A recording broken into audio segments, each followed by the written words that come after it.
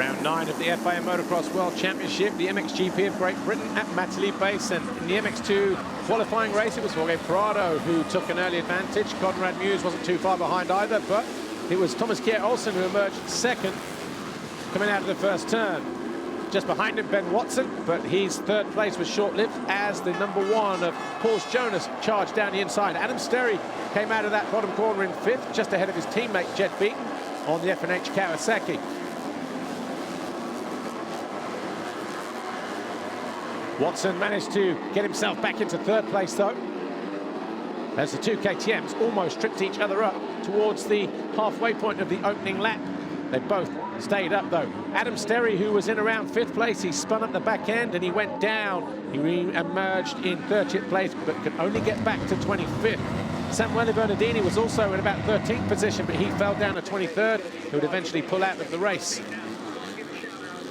Michele Chervelin on the 747 found himself under attack on his Yamaha from the 14 of Jed Beaton. Those two were fighting over 7th place. Eventually, though, the Australian would go through.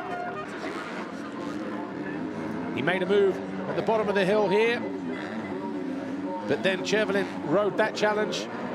The two Hondas, the HRC machine of Calvin Vallanderen and Hunter Lawrence, they fought over 5th position. But eventually, Beaton did find his way up the inside and force that move on the Italian to get himself into 7th.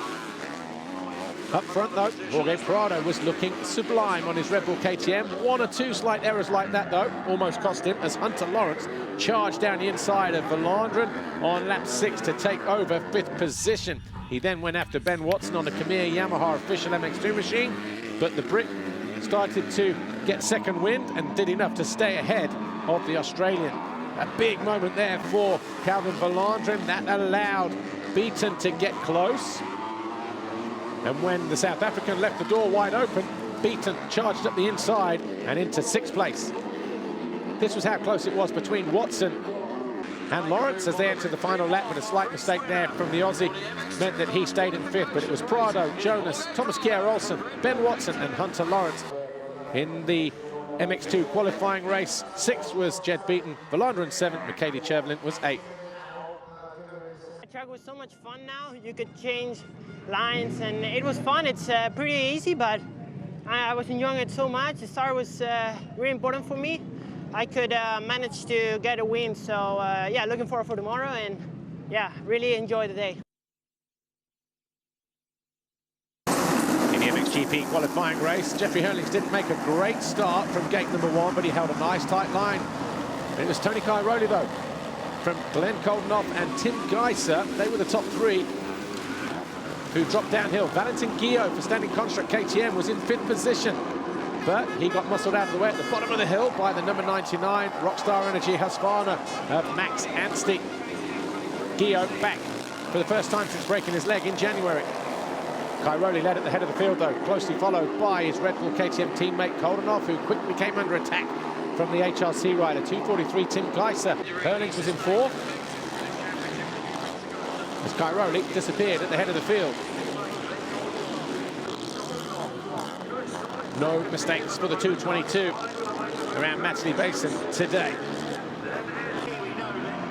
Anstey, though, he was in 5th position, giving chase to Jeffrey Herlings. Tommy Searle on the bike at DRT Kawasaki, #100 in green, was also having a great time. He was in 6th, ahead of Jeremy Van Horbig's Monster Energy Yamaha, Commander Sal, and Gauthier Paulin, as Geiser started to get closer and closer to Koldenoff. De Sal found his way past Van Horbig, and that put him up into 7th place, but Anstey fell from 5th. He remounted in 9th, and that's where the Brit would finish. His teammate, though, Gauthier Paulin, went after the Monster Energy Yamaha of Jeremy Van Horbig. Those two fought over 7th and 8th place. Herlings, though, started to get closer to Geiser. And this was a battle for 2nd position. Herlings eventually got alongside Tim Geiser to get himself into 3rd with 3 laps to go. And then the following lap, he caught his teammate Koldenoff. He went to the inside, got good drive coming out of the turn, and stayed nice and low over the step down to push himself into 2nd with 2 to go. It was a Red Bull KTM 1-2-3. Geiser was fourth for HRC. DeSalle had got his way into fifth for Monster Energy Kawasaki. Paulin, who was still battling with Jeremy Van Horbik, eventually found his way through. And on the final lap, also found his way past Tommy Searle as well to get himself into sixth. Searle was seventh, Van Horbik was eighth, but it was a second qualifying race win of the year for Tony Cairoli, his first since the opening round in Argentina. So it was a Red Bull KTM 1-2-3 with Cairoli, Hurlings, Koldenhoff, and there's the rest. Geiser, DeSalle, Paulin, Searle, Van Horbik. It's really important to get a start, as we see also in the last race in Germany. The track was very difficult to pass, so we work a little bit on the start again, and we had some problems before. I hope we figure it out, and tomorrow we can have a good start again and try to make it a good result again, like this qualifying race.